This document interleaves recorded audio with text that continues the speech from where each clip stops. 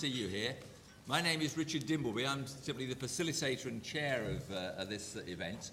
I'm going to get the panel, we have an august panel here to introduce themselves. Then I'll hand over to Roger Morris, who chairs the Governors Council, say a little bit about the Governors Council, its background, what it's currently doing. And then Mike Atkinson, a member of the Governors Council, briefly talk about benchmarking services are available. Then it's very much open to you to ask anything at all arising from the conference or other things haven't been covered that you'd like to discuss. So Roger, would you like to kick off? I'm Roger Morris. I'm chair, as Richard just said, of the Governors Council and otherwise chair of Northampton College in the East Midlands. Thank you. I'm Carol Jones. I'm chair of the Corporation of Stoke-on-Trent College. I'm a recent co-optee to the Governors Council. Just been to 2 meetings, so very much the new girl. And I'm also on the steering group for the Women's Leadership Network. I'm Carol Stott. I'm chair of AOC, and as chair of AOC, a member of the Governors Council. I'm also chair of City Lit in London, and I'm a board member of City of Bath College. I'm John Short. I'm chair of Governors at York College. I'm Mark White. I'm Vice Chair of Governors at Stockton Riverside College, Vice Chair of the Governors Council and Chair of the Governance Portfolio Group, which amongst other things has developed over the last 12 months, the Governance Library. I'm Mike Atkinson. I'm a governor at Plumpton College and have been co-opted onto the Governors Council to represent land-based colleges in particular. David O'Halloran, I'm Vice Chair of South Essex College and I'm the Regional Representative of the Governors Council for the Eastern Region. Thank you. So Roger, will just briefly describe the work of the Governors Council. Thank you. This Governors Council was created about 5 years ago now, and we like to think that we've established ourselves with government agencies, key stakeholders, other members of the FE family, and we do now have regular meetings, representative meetings on your behalf with the Minister, civil servants, other bodies, Ofsted, SFA, etc., etc. It's very important that we have your support to act as a sounding board and a conduit, and that equally you feel you get feedback from us. I think our individual practice varies, but in addition to the co-opted members, there are, as with the AOC structure, 9 regions, each of which has an elected member. In my area, I write to MFEC in the East Midlands, asking them to send out each month a letter which I've written about the proceedings of the Governors Council. Others do similar things. We also try to make sure that we get information fed back through the regional organisations. Clearly they do differ in different parts of the country, and any other ways in which we can get information to you. And there are briefings as well as what's now on the AOC Governance Library website, about which there's information on that little blue sheet that some of you have got. So if you're not getting that kind of feedback in your area, it is a constant frustration to us that these things don't always seem to get through. So if you recognise that you get something from whatever region you belong to, fine. If you are saying, well, I'm not hearing, I'm not getting, then at some stage please come and make that known to us so that we can track back what's happening in your area and try and do something about it. We do try to make sure that our membership is reasonably representative. Obviously there are only 15 or 16 of us in total, but we do try to make sure that apart from gender and other types of diversity issues, we're also at the same time conscious of the diversity of colleges, so that we represent not only the general FE college situation, which is clearly the majority, but also land-based specialist colleges, sixth form colleges, to make sure that we do indeed have a credible voice for the sector as a whole with ministers and with government. There are many important things happening at the moment. In fact, I don't think there's probably ever been a time when there was less afoot, as it were, at national level in the governance context. And I think we are pleased that we do appear to be on the map with government at this particular critical time, because they are inviting us to be much more involved and directly involved in commissioning services. As you all obviously appreciate here, ELSIS closes now in only a few months' time, and the Minister has written to us to ask us to take a more significant part in working and commissioning relevant governor-supported activities in the time from now on, when ELSIS is beginning to run down and other arrangements need to arise to take their place. Now, this isn't the moment to try and give a lecture about that, time doesn't allow, but we are working currently on those programs to try and get the resources that we need and to develop the policies of not only governor and governance support programs, but thinking about what might be done that isn't already happening in the sector, and arming ourselves to make a full contribution as governors to policy development in whatever context that arises. We are, in this particular context, particularly concerned, I think, over the next 2 or 3 months as a Governors' Council to take part in 2 pieces of work. One is that the Minister has just appointed an advisory group to look into the state of governance or what is happening in other related sectors. That's a piece of work that he has set off to report by the end of May, and 6 or 7 of us in one context or another through the Governors' Council are going to take part in. That's about half, I think, the membership of the little team or committee that's being got together. And also, as ELSIS begins to run down, there is a particular overlap period for existing programs, commitments, development activities, all that goes with the ELSIS program in the past.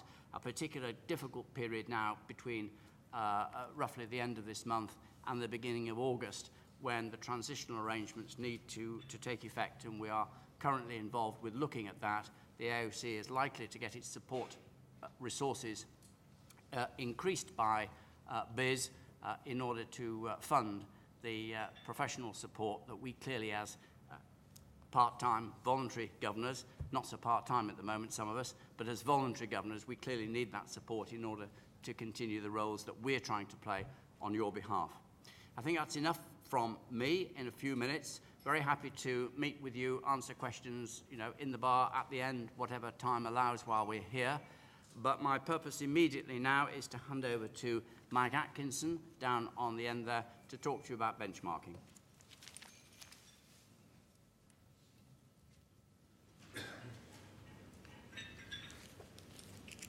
Thank you, Roger. The benchmarking is becoming a more important facet of the work of governance. And I think that's partly driven by the pressures from Ofsted that we heard earlier on. Also, we now have a skills minister who is very much focused on driving transparency, greater accountability of corporations, and greater comparison between corporations. So there is, if you want benchmarking for your own internal purposes, and there are good reasons to do so, you will be benchmarked by others outside. There is a strong internal reason within a college, I think, to benchmark. It is quite easy for a college to put in place improvement targets and perform against them and think they're doing all right, looking inside, without realizing necessarily that other colleges elsewhere are improving even more rapidly. And benchmarking does give you that wider perspective against which to judge your own performance. I'm going to be very brief this afternoon talking about benchmarks, really to focus on 3 particular areas of benchmarking. You have, I think, a note in your pack about this. The 3 areas that I would single out as being perhaps of more wider potential than others are 1, the governance library, which I'm sure Richard will be talking about later on. Secondly, the SFA's financial database of colleges. And thirdly, about MIDES, which is a performance benchmarking tool, and I'll be talking more about that later on. Just a word on the SFA's annual financial database. I'm not sure how many of you are tapping into that at the moment. It's on the SFA website. It allows you to compare your financial and cost performance with the performance of any other college in the country. It is quite a voluminous database.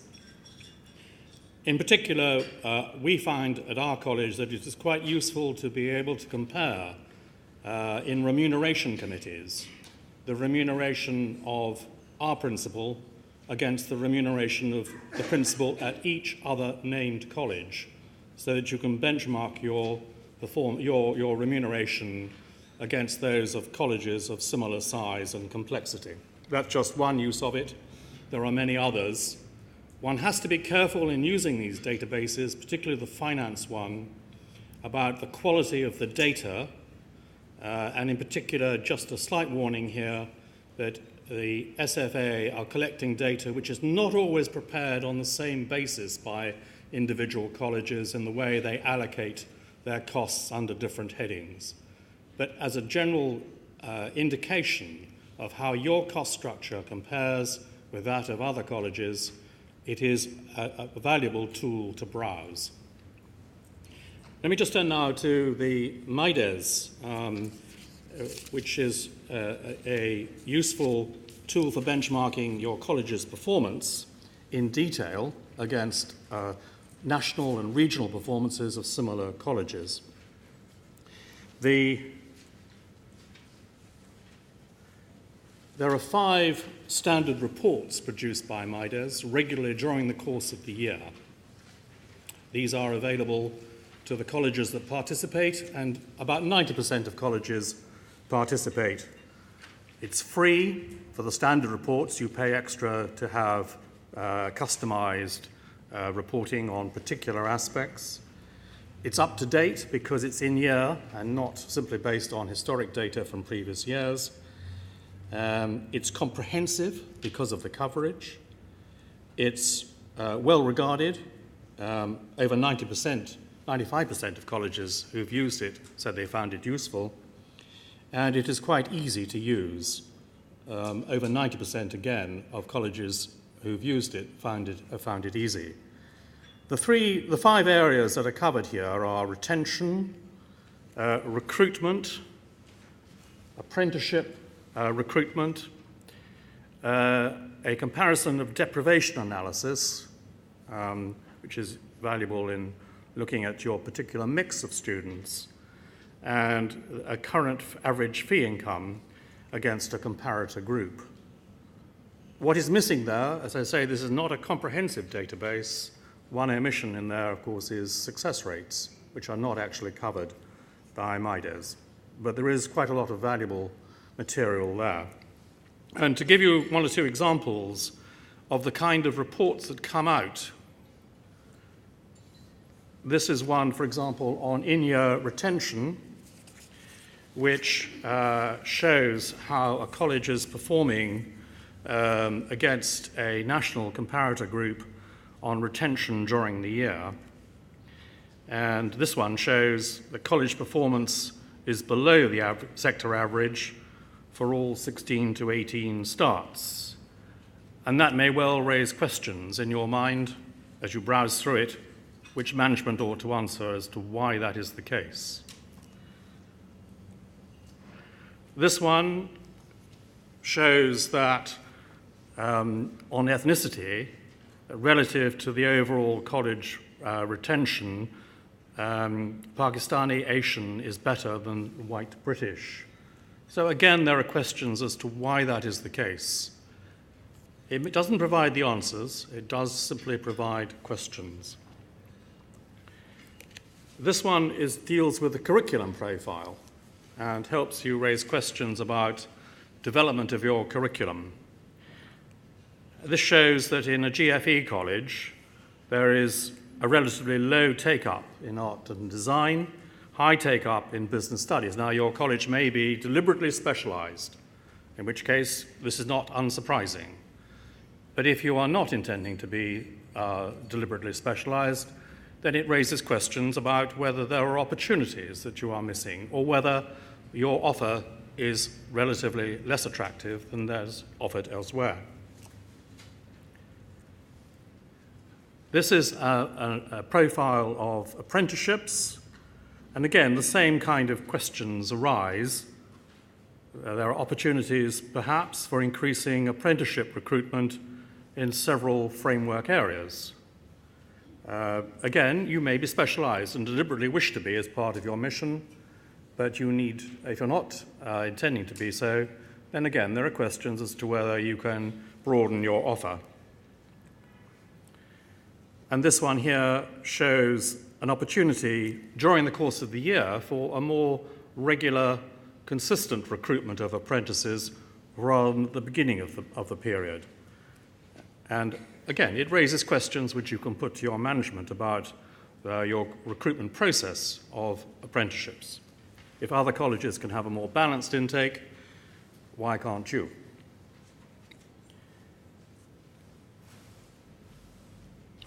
This one doesn't show the chart at all, I'm afraid, so I shall pass over that one fairly rapidly.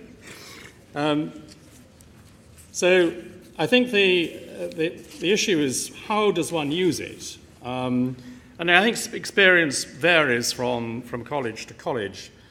This is not the only source, of course, my ideas of benchmarking performance. There are others which are generated locally or by specific sectors. The land-based sector has its own key performance indicators which are shared. But it seems to me to be important for all governors to be aware that these benchmarking tools exist and also to be aware of how to access them. They are very simple to access. They enable you to browse whenever you wish and in as much detail as you wish.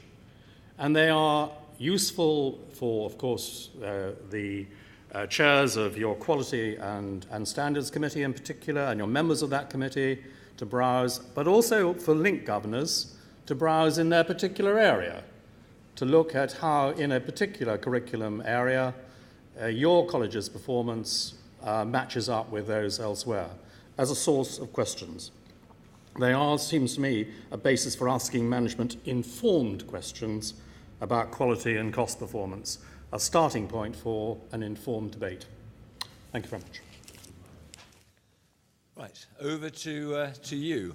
Questions about things that have been raised by Mike in benchmarking, how you use it, or questions that Roger raised about the landscape post-ELSIS and your thoughts about what you want to see as governors, or indeed about the supports for governance and the Governors Council role. Whatever you wish to ask, it's over to you. I think we have a roving mic, which obviously will be useful to use to make sure that we hear the questions or comments.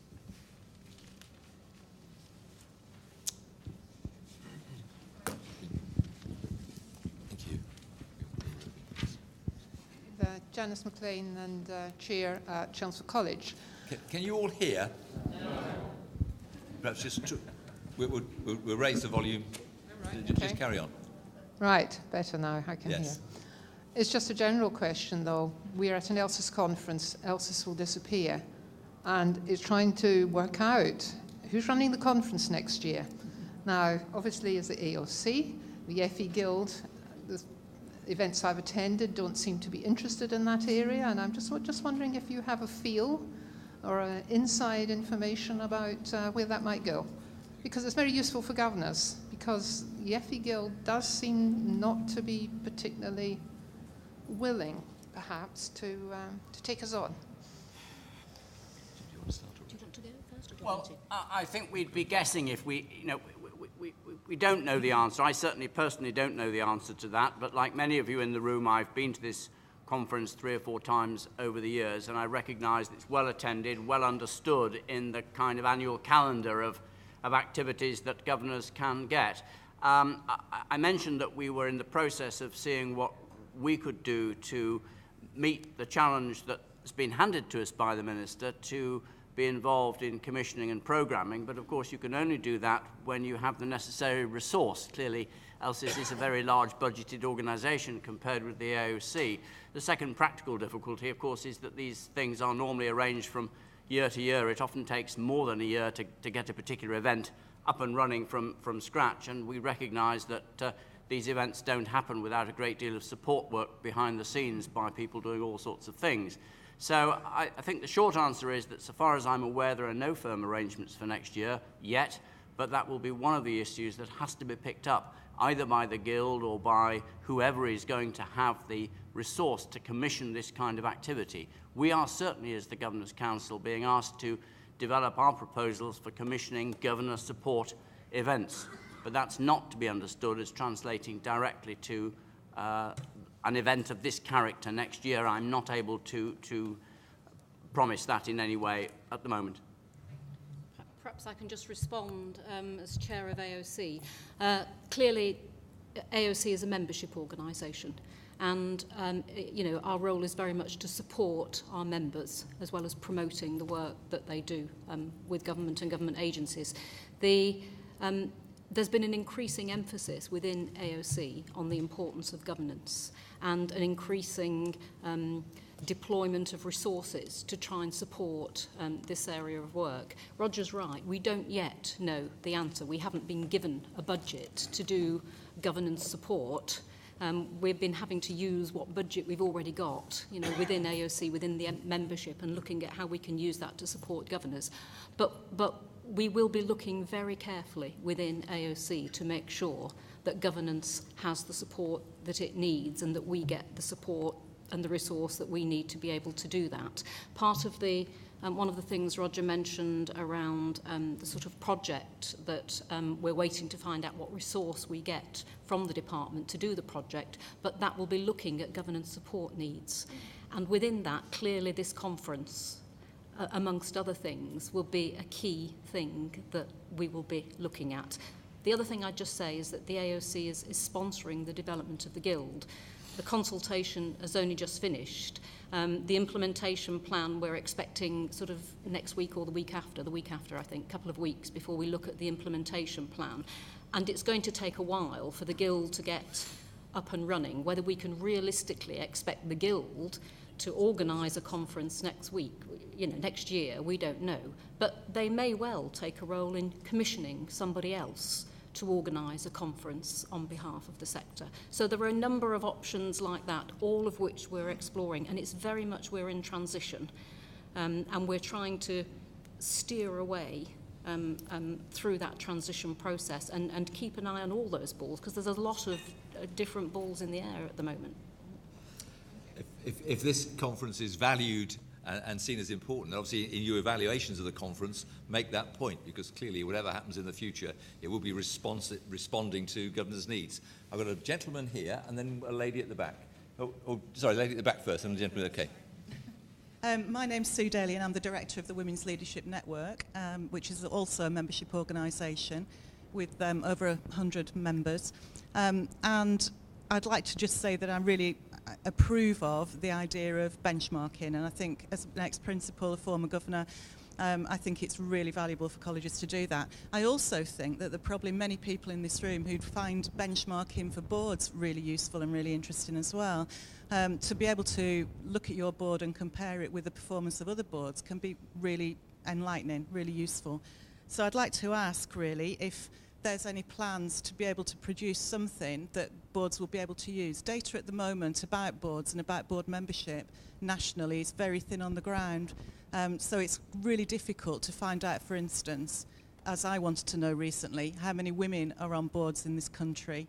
It's really difficult to find out because we don't have that data. So I'd like to put in a plea really for some information, some data that boards can use to benchmark themselves. Thank you. I'm sure you'd be pleased to know that at the meeting earlier this week, the Governors Council has established a data working group. And that was yesterday, day before yesterday.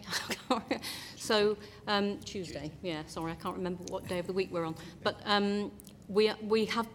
it's been extremely difficult, as you will know very well, to look at how we can get that information so that we can look at issues like diversity, amongst others, in relation to boards. But we are setting up a working group to look at that very seriously. And, if anybody wants to volunteer to be part of a working group as a governor or to pass on information or thoughts about, that working group, I'm sure we'd be pleased to receive that, Roger. So. Carol and Roger, as Eastern Region representative, remiss of me not to reference the fact that somebody in this room has done some work fairly recently about looking at board compositions within Eastern Region. And he doesn't know it yet, but I'm going to be talking to him about whether he will help with the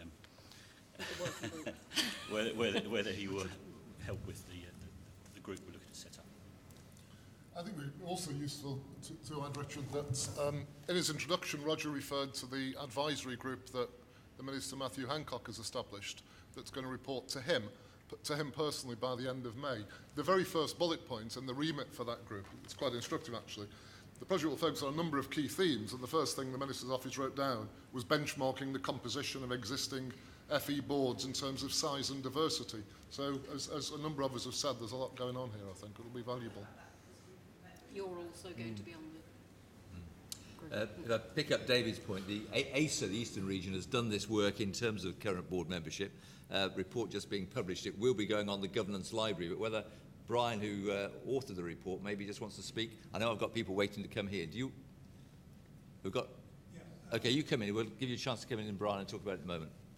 Mark Flynn, Chair at Knowsley Community College in Merseyside. Returning to the theme of support, first of all, I've very much valued this event last year and this year. I will give it very positive evaluation. And we know that over the recent years, we've had, as governors, we've had, I think, very good quality support from both AOC and from ELSIS. Now, one thing we do know is that from now on, there will also be, quote, support from Ofsted. In particular, I note from the slides this afternoon, quote, support for governing bodies from the regional Ofsted role. And I wonder whether the panel has got any observations as to how this might square with Ofsted's role in making judgments about the quality of governance in colleges. Well, when on Tuesday we had the Governors Council meeting, we had both Matthew Coffey of Ofsted and Bobby McClellan from the Department of Business in the room at the same time. They both had come to talk to us about particular issues. And the issue was raised. I think, in fact, somebody made the specific point that it's very much undesirable for any regulator to creep over into becoming an executive, because sooner or later something arises and there's a conflict which is a fairly obvious outcome. So I think it's recognised that that needs to be avoided. I think also, because we are in an interim situation, I think I made myself the point on Tuesday that we need to connect up some of the strands, that if Ofsted is interested in governance support, and why shouldn't they be, and other people are also being asked to find ways forward post-ELSIS of delivering a programme, actually we really only want one outcome to that. We might have different people feeding their points of view in, but in the end we don't want competitor programmes using very scarce resources to run apparently conflicting and different shows. So it is early days for that. There is obviously an unhelpful period that we're running through at the moment. But on the other hand, that's also an opportunity. It's an opportunity to bring things together which perhaps wasn't there before, because we are all required to start from square one after the 1st of August with new budgets, new parameters, and a new paradigm for how this exercise is developed. So we should see that as a good thing on the other side of the current temporary uncertainty. I think what Roger said is entirely right, but what I would add is why wouldn't you, if you were a college requiring improvement, want to have a dialogue with an Ofsted inspector? All you can do is learn. I mean, you may or may not take it on board, but you'll learn his views and he'll see things that you won't have seen. I mean, at my college in York, we have people with that sort of background come and help us with all sorts of things, and it proves very useful. Can I just add one other point? I mean, at the moment, as I understand it, Ofsted are only offering that support to colleges that have got a grade 3 in the current round of inspection, and governance support needs go way beyond that. So it's only a very small, it's an important piece of the jigsaw, but it's only a small piece of the jigsaw. Okay, thank you. Back to the discussion about benchmarking and data on governance membership. Brian, do you want to briefly say something about the ACER report that's just been produced? Well, thank you. You hear me here? It's actually an ELSIS report. It's an ELSIS-sponsored report. And it's the second time we've reviewed the makeup of corporations in the Eastern region. So we're actually trying to get some trend analysis of changes from 2010 through to 2012. We felt it was important to take a benchmark now in terms of not just the makeup of corporations, but it also includes an analysis of how corporations work, whether there are any executives on the board at the moment, in addition to the principals, and also whether there's any federations or groups out there in terms of corporations and colleges, so that we could assess where things are moving forward. It's a very simple approach. It's just quantitative, so we've not tried to do any qualitative questions out there. It's just how your boards look like, so you can benchmark your board in terms of ethnicity, gender. Ethnicity, some reservations on, but gender, all those sort of things. And actually, it's quite a simple approach that can be adopted very quickly, but it's fundamentally related to getting the wholehearted supports of the National Clerks Network, which is why it was taken forward in the Eastern region, because really it was driven by the clerks in the Eastern region. Graham wanted to come in. Copies here, if you'd like some. I've got 15 or so copies. They also looked at age of governors, didn't it? Yeah. Do you have any? I've got Graham here. Yeah, thank you very much. Perhaps the answer to this is under our own control. I work in different sectors, and I'm also an NED in the corporate world for companies in a top 100. We have an annual report. Surely in the interests of openness and transparency, there does appear to be a best practice trend appearing where in these annual reports are listed a short CV of the NEDs, their performance in terms of meeting attendance, and to some degree, in that particular word, their remuneration, which obviously wouldn't apply to us. And I just wondered whether or not we ought to consider adding those things into our own annual report that goes out with our financial data. These are these are documents that end up in the public domain anyway. Thank you.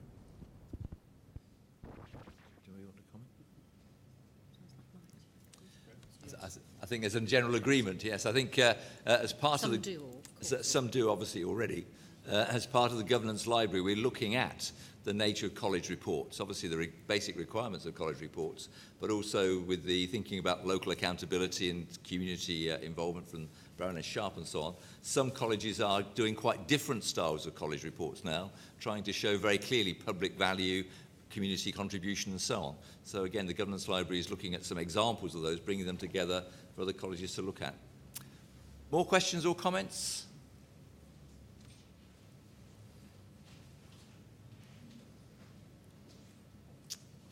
Could I mention the governance library a bit? When we had a very similar session to this with the Governors Council and the Governors Portfolio Group 12 months ago, again in Manchester, we talked about how we were developing the new governance library, an online library with examples of good practice in challenging college management, good practice in benchmarking, good practice in working with student governors, good practice in governors playing the role we've heard about that we need to play this morning in teaching and learning. We got funding support from BIS to take the governance library forward. We launched it at the AOC conference. We've had fantastic support from Richard himself and from Joe Matthews in developing the governance library. It's now up and running. Roger referred to the way we try and communicate as Governors Council members with the regions. In the bulletin I send out after every Governors Council meeting in the Northern region, I include a link in there to the Governance Library. We are very keen to, otherwise it will fail and it will atrophy. We are very keen to, one, keep it up to date, two, get feedback on it, and three, to develop it further. We've laid out around the conference this week little blue leaflet about the Governance Library, but we've got some great feedback on it, but we do want to take it further, and we do want feedback on it, and we do crucially want more examples of good practice, more examples of best practice, so we can continue to learn from each other. I'm going to just ask for two shows of hands, I think. The first one is, how many people here have already looked at the AOC Governance Library on the AOC website? Good, there's several of you. Can I encourage those of you who haven't yet looked at it? Please do. It's easily available on the AOC website, Governance Resource Library. As Mark said, it's in its early days. There are a number of topics on there. More will be coming. But we very much value your feedback, and the blue sheets you have indicate either to Kevin there or Joanne at the AOC. Positive comments about what's good, or obviously comments about how it could be better, or things you want to see on it. One of the next stages is the AOC is launching a new website fairly shortly, which will give potential for more interactive contributions there. So we really do see it being a resource for the governance community. And in the post-ELSIS world, the Excellence Gateway will not exist in its present form. There's governance materials on there which we must maintain and develop. So again, that whole governance support we're talking about will be a crucial factor there.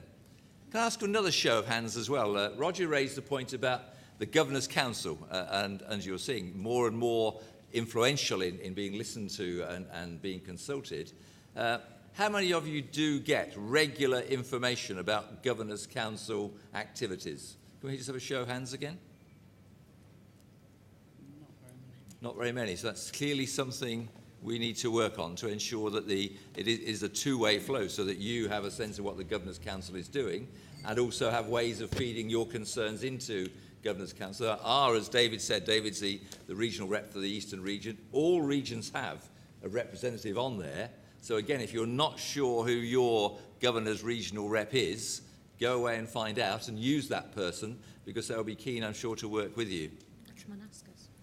One reason we're told that stuff doesn't get through is that because we don't have the email addresses, it goes to the AOC regional office, and they often send the emails to clerks. So if you're not getting it, it may just be that your clerk is intercepting it. I'm certainly aware of one or two instances where that's happened. Sorry, I appreciate that, but that's what I'm told happened.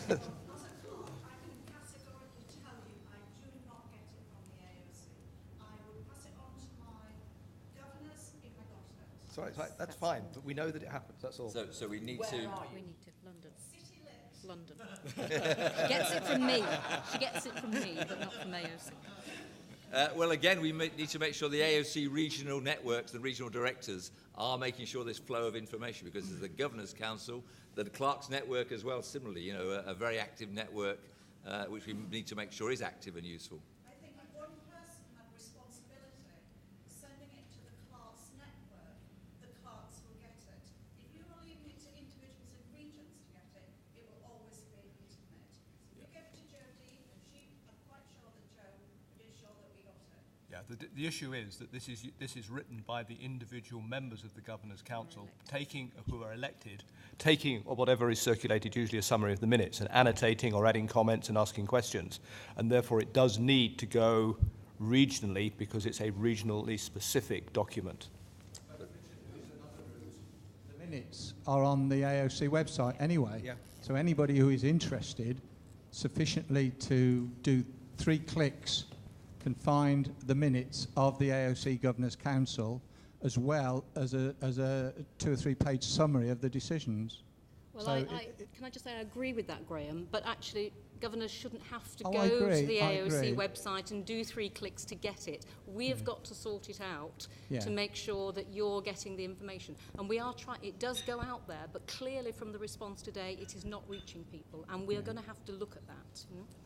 And it does go through the elected members. It goes through the elected governor for each region. That's how it's supposed to go. But we will look at it. We will look at it. Can I ask, if you're from the East Midlands, whether you see the letter that I sent? The last one went yesterday, following Tuesday's meeting. Is there anybody from the East Midlands?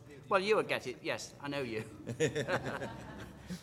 One of my colleagues hiding behind the pillar there. How many people in the room are from the East Midlands at all? One, and you get it. Okay, well, that's 100%. That sounds good.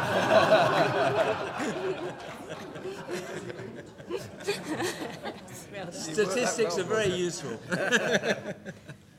Mark, there is the governance briefing, isn't Yeah, I realised in the north about 2 years ago that I was sending a regular bulletin out that wasn't really getting anywhere, and we made particular effort through individual conversations with the clerks, actually, to make sure that when it goes out, and my colleague from Cleveland College of Art and Design gets it, is to ask that it be sent to every governor in the region. Now, I think that's working. I certainly hope it is. It's certainly a message to take back, isn't it, to make It's sure we use the regional networks to make sure information does come out. Particularly important, as Roger said, with so much change, FE Guild shaping up what's happening in the future, these dialogues with the governance sector is critical. And we need it to be timely. You know, it's no good waiting 2 months. At the moment, things are happening very quickly. So we need to make sure information is getting around and being passed back. Can I just add to that? There is a governance briefing that AOC publishes regularly, and you only have to register for it once. And if you register for it on the AOC website, then you will receive the regular governance briefing. So, I mean, that's longer and rather more detailed rather than the short summary after each meeting. But again, if you're not aware of that, if you're not familiar, you just have to sign up for it and it will be sent to you regularly. And I think the intention is that governance briefing will go on the AOC website this Friday, tomorrow. Every Friday, AOC does a briefing on different topics, maybe technology, shared services, quality, governance, and I'm sure you have colleagues who look at it, but it just signals new information on the AOC website. It's a very useful, easy-to-use tool. If you want to follow it up, you can. If it's a topic you're not interested in, you don't have to. But I think there will be a briefing. The intention is a governance briefing tomorrow, yes. So when you go back at the weekend, you've got a spare moment, AOC website, briefing.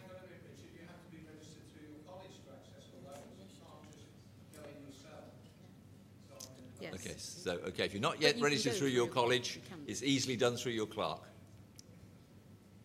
Do we have someone down here? We've got two people. Yeah, we governors are responsible for setting the strategic framework of the FE sector and minding its assets.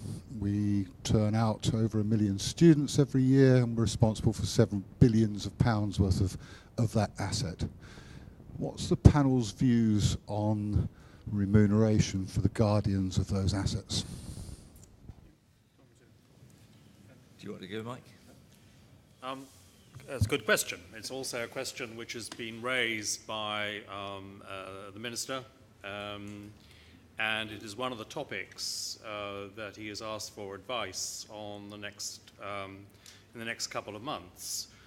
He's approaching it, I think, from the view of, is the bar on remuneration preventing the recruitment of a wide and excellent range of governors? So that's, I think, in a way, one of his starting points. It's an issue which is fairly sensitive within the sector itself, on which views traditionally have been fairly polarized. But at the moment, things are changing in the sense that it's defined that the question of remuneration is one for the Charity Commission to determine. It is theoretically possible for corporations to get the Charity Commission's agreement to remunerate on a reasoned case basis. What we're lacking at the moment is, I think, clarity about the pathway that corporations have to follow to get that and the criteria that the Charity Commission will use in assessing a request. But all I would say on this is it is a live issue at the moment. It's one the Minister has asked for advice on, and therefore there will be a discussion. I think it will be very valuable to have the views of governors feeding in on that process. So it'd be interesting to have the views of those who are here. But that seems to me to be the background as to where we are at the moment on. Anybody else want to? Yeah. I work in a university and I have a number of colleagues who sit on the boards of NHS trusts. I have a number of colleagues who sit on the boards of housing corporations, and they get paid, but those of us get remunerated. Those of us who are college governors or university governors or school governors don't. Somebody asked the same question that you've asked, sir, at the event that the Minister had in Lancaster House a few weeks ago. It clearly had an impact on him. And as Mike said, one of the terms of reference of the group that's been established is to seek the sector's views on how governors should be incentivised, including governor remuneration, taking account of current practice in other sectors and the Charity Commission's views. At the same time, I'm in two minds about it. At the same time, I think there's a real value and pride in being an active citizen. And one of the ways in which you exercise that active citizenship is through contributing to bodies such as college and school governors. But it's clearly a live issue now and high on the Minister's radar. Anybody want to comment on this topic before we move on to another one? Is it the same topic? The same topic. Yes. Yeah, you have the microphone there, Paul. Hello? Yeah. No? Yes? Yes. Ian Butchart, Cleveland College of Art and Design. On the first question that's just been read about remuneration, I really would like to see the evidence base that suggests that people that are paid to be governors or NHS trusts actually make a real difference. If we look at Mid Staff's Hospital, If we look at the banking sector, it does seem to me that paid directors really made bugger all difference. That's not a swear word because I come from the northeast, by the way. Yeah. So I'm very clear on remuneration. I would tend to go with Mark's second aspect of it. We're good citizens. You know, we're part of the big society, and we are, I keep forgetting this, we're in a time of austerity. So it does seem remuneration is a rather strange thing to put forward at this particular point. The question I was going to pose was, and this is my first attendance of it, I hadn't heard of the Governors panel before this meeting, although Mark sends me stuff about the Governors panel, and I do read it, and then I think, I don't understand why I'm reading this and how I'm going to make use of it. So one of the questions you posed was how many people knew about you, and very few of us did with that. But the question I was going to ask you was how far your work reflects on HE aspects of college work and specialist colleges. You mentioned the land things, and art colleges are very few in number these days, but I'm just wondering how far you reflect upon those aspects of governance which aren't just about FE or Ofsted, but about other parts of the machinery. Well, I think we do try to do that. As I made clear, we do have a number of co-opted members representing colleges in other parts of the spectrum. And clearly we look to those colleagues to bring forward relevant issues that may impact differently for them. Probably a good example, I just think currently, is the issue about sixth form colleges and the code of governance, and the difficulty that a number of colleges of a Roman Catholic character have had with that particular issue. Now, I think just resolved a few days ago after a lot of quite difficult discussions because of the theological backing to the commitment that the people who serve those colleges have. So I think that when issues of that sort come forward, we do try to embrace those where we can. I'm not going to pretend that the coverage is universal and complete, because in any grouping of 15 or 16 people who are serving 20 times that number of colleges, there are bound to be limitations, but we are conscious of it, and it's not good enough. I was at the first Governors Council meeting in 2008, and it was obvious at the first meeting, when there were just 9 of us in the room, I think, at that first meeting, we were all a bit like me, male, wearing a suit of a certain age, which I still am, and will now remain. We all looked a bit like each other. In other words, the elections had thrown up 9 men from 9 areas, and it was self-evident, and I think probably, all with one exception, the same sort of college in terms of analysis. That was not good enough. So from the beginning, we set about trying to balance that, not to second-guess the electorate, but in order to complement what the electorate had delivered with other people from other backgrounds in personal terms and other backgrounds in college representation.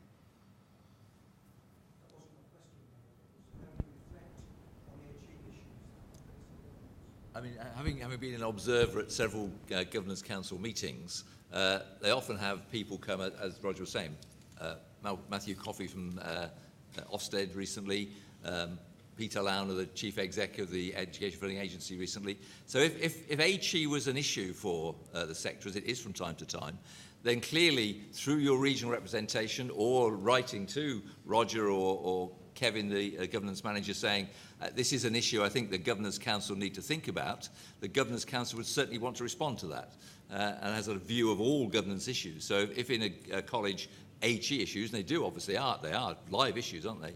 Obviously, you say for colleges we have a large proportion of HE, large, big. So if there's an issue you think is of a governance nature the Governors' Council should think about, they would certainly want to respond to that. Can I just add just briefly to that? The Governors' Council also receives policy updates from officers within AOC, and that will often include issues around HE. And if there are, specific things that relate to governance and that we need to pass on, then we try and make sure that that's reflected. So some of that's done through AOC officers, and there is a portfolio group as well within AOC for higher education, within further education. So there are other structures as well within AOC that we have to try and connect to. And I guess through the regions as well, when HE becomes a big issue, and I know it is at the moment in relation to numbers and funding, then we will try and put that on the agenda and make sure that that's reflected.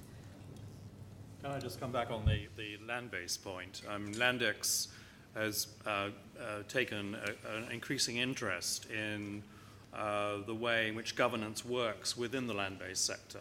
And they've run pilots on peer review of governance over the last 6 months and have established a network of chairs of audit committees. And that's produced valuable experience, which Landex is feeding into the development of governance support mainstream. So it's very important, I think, that we don't run the wheel twice on this, that if we are in Landex developing areas of support which we find useful, we need to pass that experience on to AOC and the Governors Council and vice versa. Liaison is very important, and I think it works fairly well. Other topics or comments in the room? Flagging at the end of the day, I think. No, gentleman here. Yes, so Clive Reid. Do you want to? Yeah, microphone will help for people at the back. Here we go. Clive Reid, Hotwood Hall College, Rochdale. I appreciate the AOC as a membership-based organisation, but I'm not sure of how the Governance Council is funded. Perhaps Roger could tell me. Through AOC, yes. And the membership income that AOC derives. We don't really have a substantial discrete budget. We are able to command limited resources. We clearly have 2 staff who spend a very large part of their time working on Governors Council and governance-related issues, both of them in the room. But that's why it's so important for AOC to get the substantial additional funding that we need for the kind of support to build from where we are now. And what we've also been able to do, and the Governance Library is a good example, through the excellent offices of the Governance Manager, Kevin McGladry, we've been able to bid for money from the Department of Business Innovation and Skills. So the Governance Library that we talked about today was largely funded outside AOC, but established by AOC. With BIS funding. Yes, Brian Godbold again. I just want to return to governor remuneration. I just want to touch on, if you recall, we had the Schofield report in 2009, and at that time we had a substantial consultation process around the country, and that was one of the questions that was part of that process, and it was substantially rejected across the sector at that time. I wonder how many people here support it.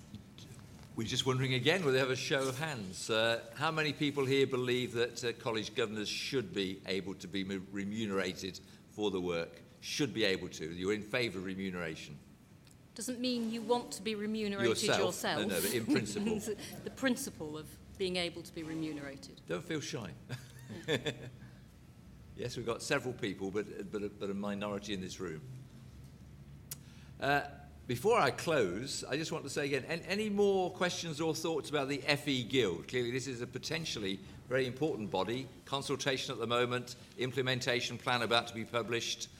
Does anybody from your perspective and your knowledge of it want to share any thoughts about what should or shouldn't be part of the Guild or how it should operate?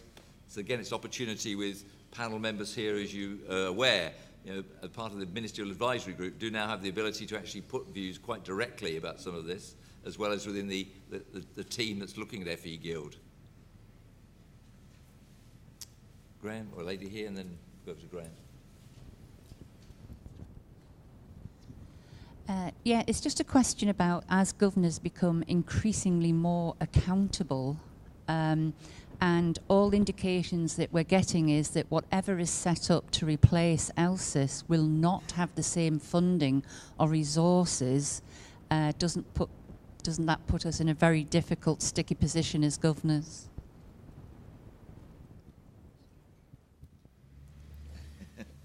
Yes. I mean, we don't yet know. I can't say anything yet about funding because we don't know, and we haven't yet had the analysis of the responses. But if you saw the consultation, you'll have seen that there is an expectation that that BIS will fund the initial phase, and then there will be probably what looked like a balance between a levy or a grant and subscriptions. Now, how that will translate, and I mean, I think the interesting thing about the levy, of course, is that the proposal, as I read it from the background papers, was that the levy would be a centralised levy, designate, so it's not about individual colleges having to pay a levy, but from the learning and skills budget, in the way that, partly in the way that ELSIS is funded now, but it would be recognised as a seve lector, so it would give ownership, if you like, of that back to the sector and to the guild, rather than it coming in the form of a grant, with a grant letter telling you by the minister exactly what you're expected to deliver.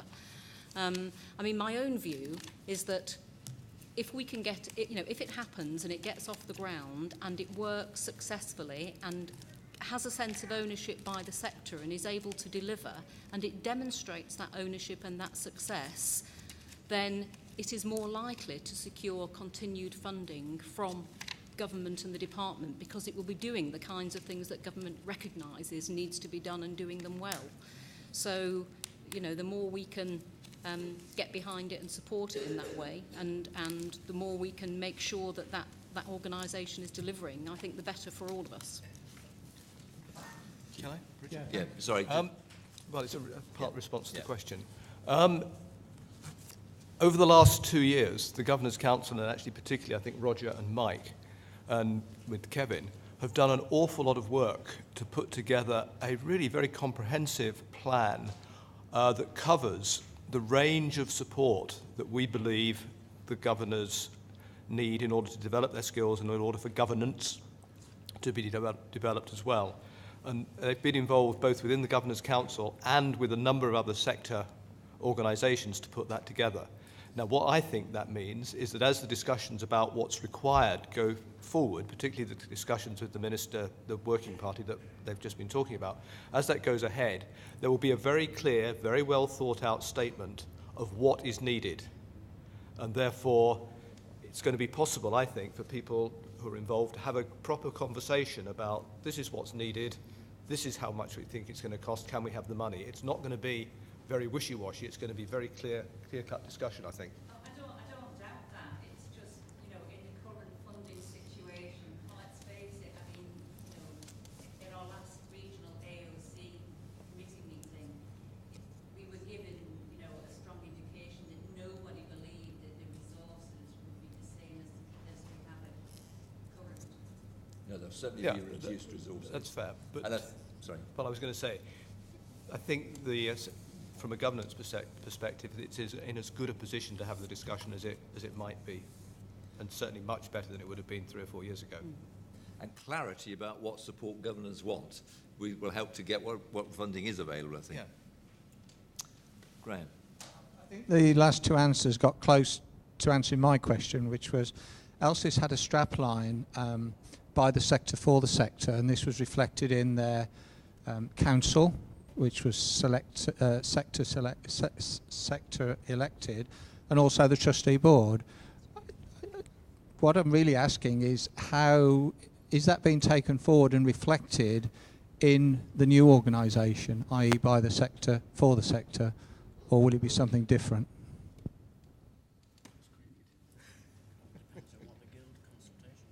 Yes, it depends what the consultation. The proposals in the consultation document were for. Sorry, this is quite complicated, so I don't know how long an answer you want. But the proposals were for a governance structure. It's supposed to be an employer-owned organisation. The proposals were for AOC, AELP, and 1 or 2 others to support the parts of the sector, not represented by those 2, to be the legal owners of the company, and then a representative board to be appointed, which would be much broader, but that board to have responsibility to deliver on the mission and objectives, and then a number of standing committees or advisory committees to do engagement. There was a proposal that there was an advisory council, a bit like the ELSIS council, that would be much, much larger. I mean, certainly the consultation events I was at, there were questions about how effective that advisory council could be if it was a single huge body, and suggestions that maybe the Guild should look at a range of processes and mechanisms for seeking advice and consultation across the sector, rather than a single body that might just become a sort of talking shop and might have difficulty sometimes in reaching consensus or agreement on some issues. But we haven't, we don't yet know what the results of that consultation are. I'm just reflecting what I heard at the 2 consultation events I was at.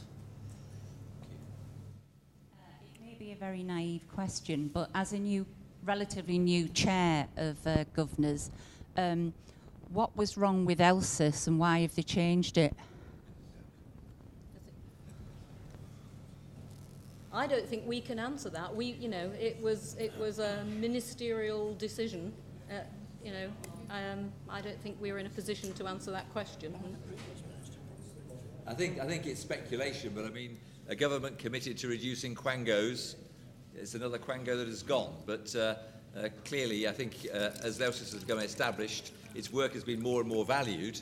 And so the real issue is, if it's not going to be there, how can the essential work be continued by the sector for the sector in whatever is the best way? And reducing budgets, obviously, another issue that is part of it. But not of us in a position to answer that question, really. Just speculate. Can I just come in? I mean, one of the things that we're seeing over the last year, particularly with ELSIS going, is that the sector is developing new mechanisms for supporting governors, which are cheaper and hopefully as relevant, but there's more of self-help. So the governance library, for example, is really fairly low maintenance relative to some of the work that ELSIS has done in the past, and perhaps more accessible on demand.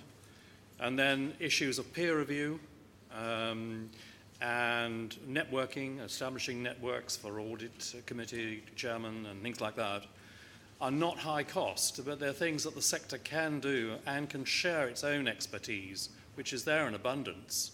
We need to unlock that, just untap that, and make sure that that fulfills a role that ELSIS has made a big contribution to in the past, and still maintain the level of support for governors that we've had. So I think that's the way. I think that's the trend of what is happening at the moment. If you look at our governor support program. But we've got to make these new tools work well. I have a sense we're probably coming towards a conclusion. Is there anybody who wants to raise an issue before we close? Can I thank you then all for coming and thank the panel? Before I haven't forgotten John. John wants to just mention that there is a forum about to meet. John. Whilst I was sitting at lunch, somebody from ELSIS came and tapped me on the shoulder and said, could I find 5 chairs or 6 chairs of governors who would like to go to a focus group at 5:15 in the director's suite to talk about clerks and clerking. I've managed, without too much difficulty, to find 3 or perhaps even 4. So if there were 2 chairs of governors here who would like to go and spend the next 45 minutes talking to ELSIS about clerking rather than go to the bar, and I don't think there's a gym to tempt you, that would be very welcome. Are there 2 who, I'm sure ELSIS will give you a good cup of tea and a bun. Is there anybody here who would like to volunteer? Have your impact. Oh, that's brilliant. Thank you very much. It's the director's suite. I'm not quite sure where it is, but I think it's sort of out there somewhere. It's on the thank you. All right. I thought you wanted to go as well. I know, that's why. So can I thank you for coming, thank the panel very much for their contributions, and we look forward to the gala dinner later on this evening. Thank you.